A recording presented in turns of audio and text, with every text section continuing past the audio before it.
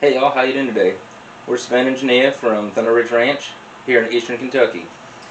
We're here providing a couple points of things that we wish we would have known before we had gotten into this lifestyle.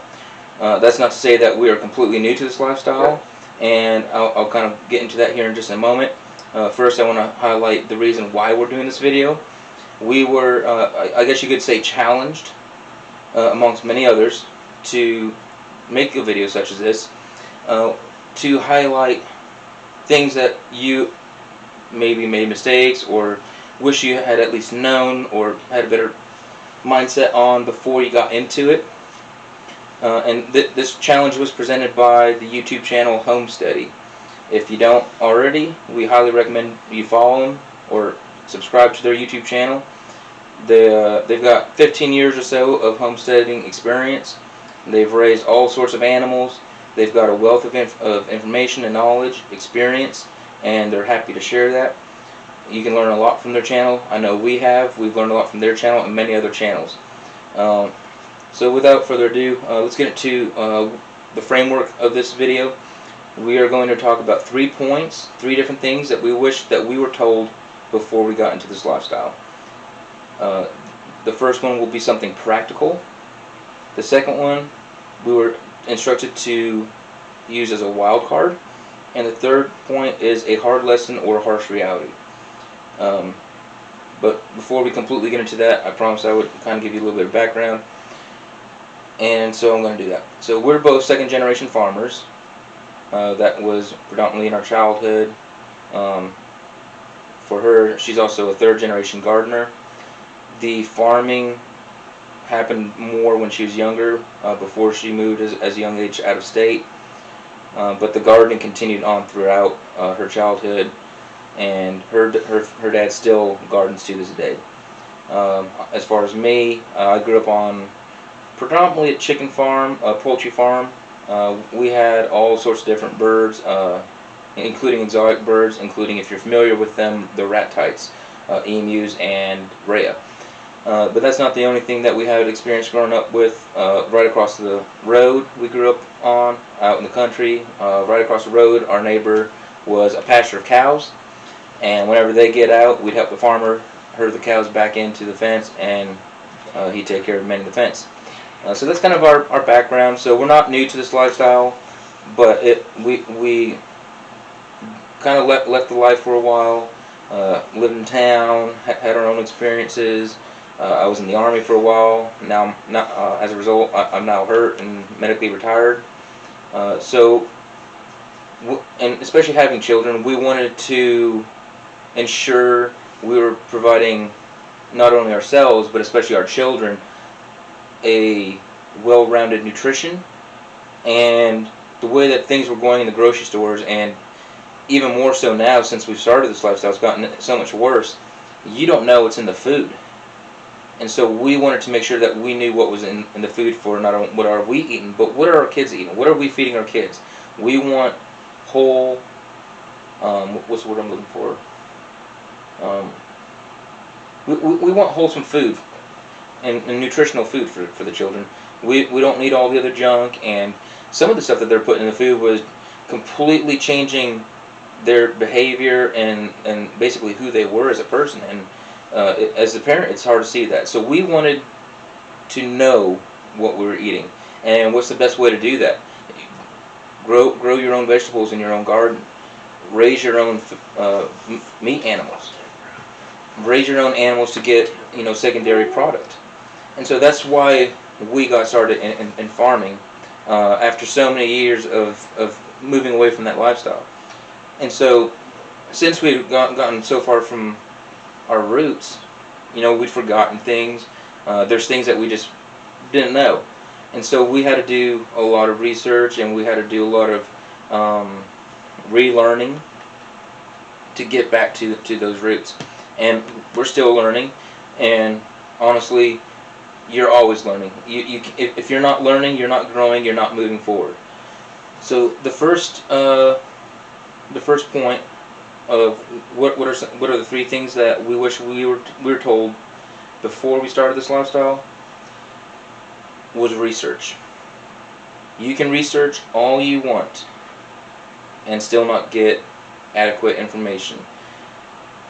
Ultimately, you've got to get the plant, the animal, whatever it is that you're trying to work with, you've got to get it on your land to determine whether or not it's something that works out for you.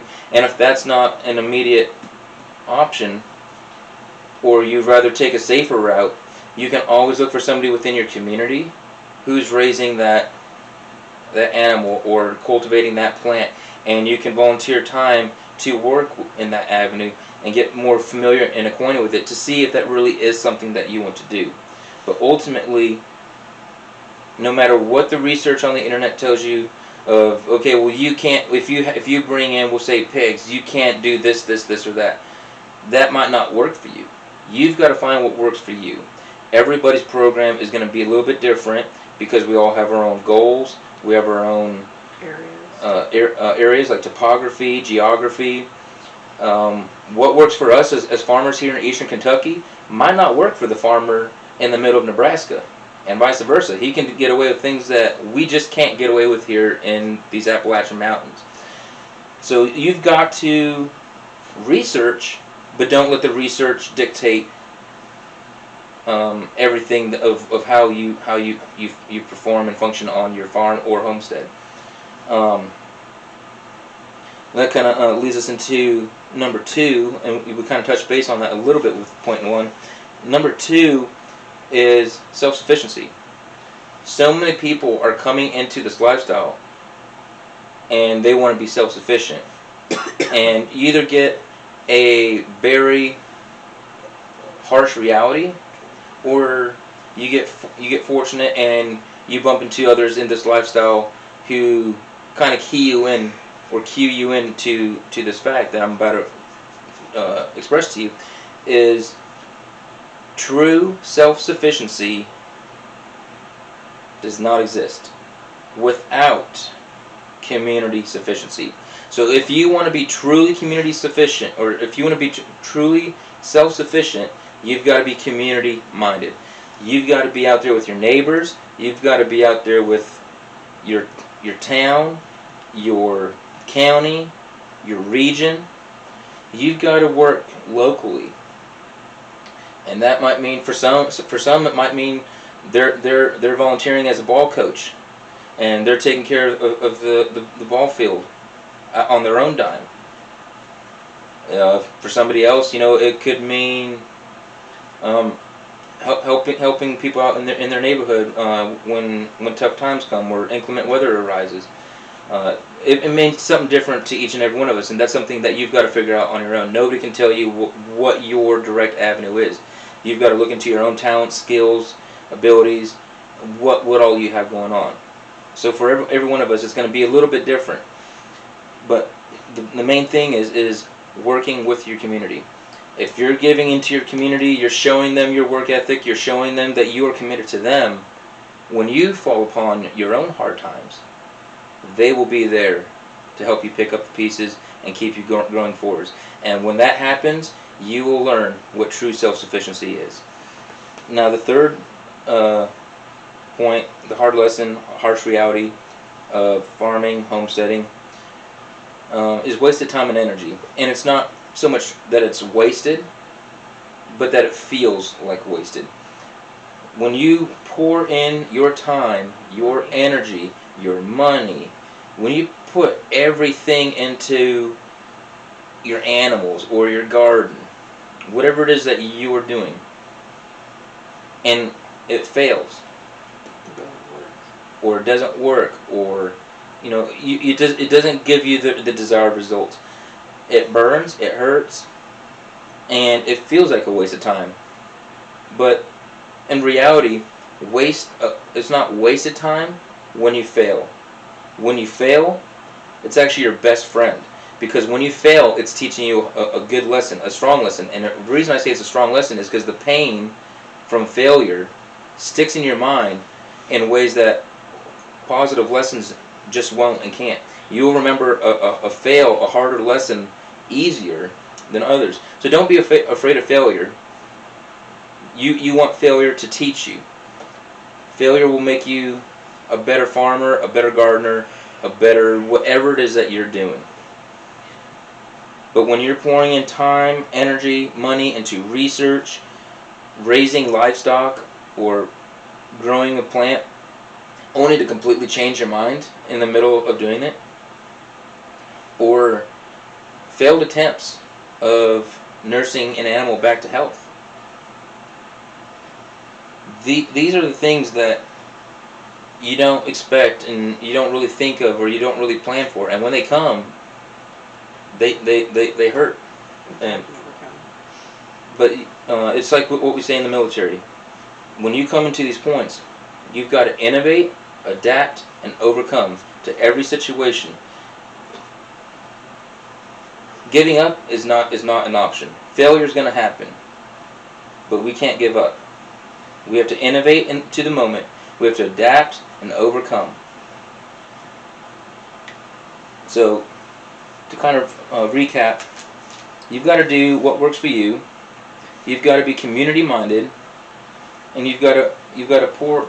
Even though pouring time and energy into whatever it is you're working with might end in catastrophic failure, does not mean it's over. It just means that you had the opportunity to learn something. Did you learn something from it? Great. Now we move on. Now we're bigger, better, stronger than before. We're wiser, and we take that and move it forward, and we can apply that and help teach somebody else in our community. So all these 3 points, they all tie in together. You've got to research, but don't allow the research to define you or your operation. You've got to find what works for you. A great example of that is I keep bees, as many of you know. I do a lot of things that in the beekeeping community are seen as unconventional, and some people would chastise and scold me for some of the things that I do. But you got to do what works for you. You've got to do what works for your bees, your sheep, your cows, your horses, your whatever it is you're raising.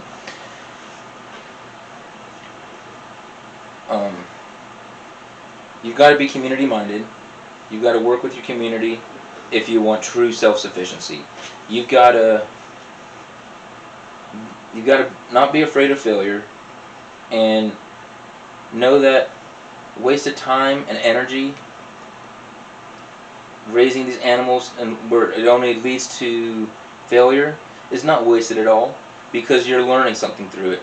And when you learn, you grow, and you become smarter and wiser and a better farmer in the end, or homesteader. But once again, we want to thank you all for listening in on us and listening to us jabber. We want to remind you that if you do not already, go ahead and go over to Homesteady's YouTube channel. I'm going to try and put a link here so that y'all can zip over there and watch some of their videos. They've got 15 plus years of homesteading experience, lots of knowledge and experience in a plethora of different things. But we appreciate each and every one of y'all tuning in. We hope y'all have a blessed and productive day. Y'all stay blessed now.